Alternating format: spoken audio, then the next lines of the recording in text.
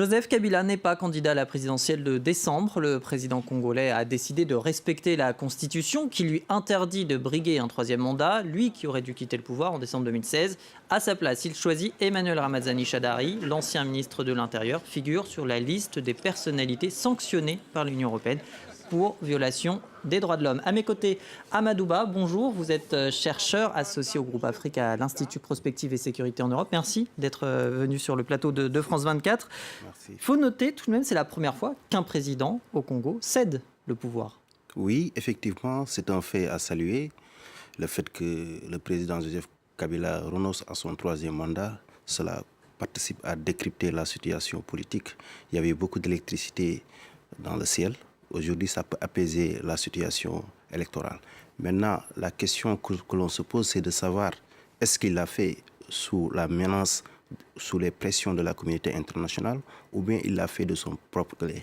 Mais nous devons l'encourager à aller beaucoup plus loin dans ce sens, en appelant à une élection démocratique et transparente, et surtout inclusive, sans exclure aucun membre de l'opposition.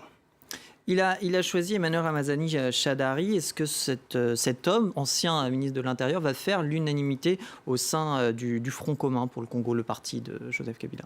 Personnellement, je ne le crois pas, parce que Emmanuel Ramazani n'est pas le plus compétent ni le plus populaire au niveau du Front commun pour le Congo.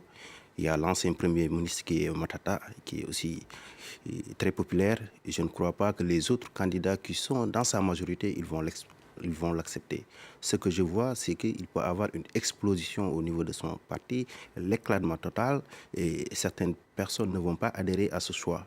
Pour ceci, je demande à ce que, s'il veut réellement choisir son dauphin, qu'il organise un congrès et que les militants choisissent de leur propre gré. Il risque de ne pas faire non plus l'unanimité au sein de la communauté internationale, précisément au sein de l'Union européenne, puisque, je le disais, il fait tout de même partie des personnalités congolaises sanctionnées par l'UE pour violation des droits de l'homme. Effectivement, il fait partie de la liste. Mais aujourd'hui, c'est une épine qui vient de se lever sur le pied du président Joseph Kabila, qui était sous la menace de l'Union européenne et des Américains. Donc, il vient de couper l'herbe au pied à la communauté internationale. Il vient de couper l'herbe au pied aux Américains qui menaçaient de le sanctionner. Maintenant, il faut l'appeler à aller plus loin, à revoir une audit du fichier, de l'accepter pour qu'il y ait des observateurs. Parce que si on voit très bien, il y a 40 millions de militants et de Congolais qui ont été enrôlés. Mais sur les 40 millions qui ont été enrôlés, il y a 10 millions qui posent le doute auprès de l'opposition. D'après l'expertise de la CEDEAO et de l'Union africaine et l'expertise de l'EIF, il y a beaucoup d'améliorations à faire encore sur ces fichiers. Parce que sur les 10 millions qui représentent 16% des 40 millions d'enrôlés, ces 10 millions n'ont pas d'empreinte digitale. Donc, on ne peut pas les reconnaître ni les voir sur le fichier.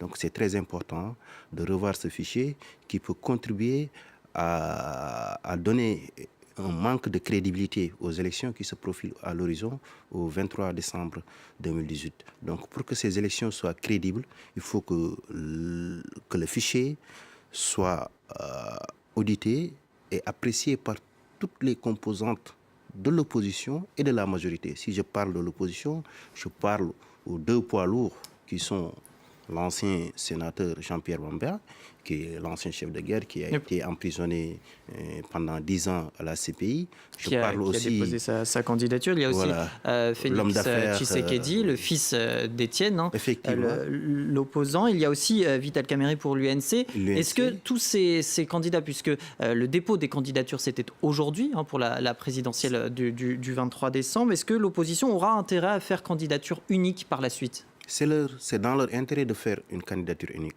parce que le dépôt se termine normalement aujourd'hui à minuit. Et s'il y a des candidats de l'opposition qui sont exclus, on doute qu'il n'y a pas à avoir encore un embrassement dans le pays. Voilà.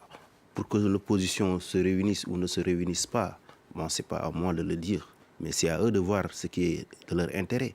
Au niveau de la majorité, nous avons vu qu'un seul candidat. Et jusqu'à minuit, on ne croit pas qu'il y aura d'autres. Donc, il reste à l'opposition de voir qui sera leur candidat unique pour faire face à Emmanuel Ramazani Shadary. Quid de Moïse Katumbi qui n'a pas pu entrer en République démocratique du Congo, où il risque la prison? Est-ce que quelqu'un va le représenter? Je ne crois pas. À mon entendement, il y a eu des négociations qui sont en cours à Kinshasa.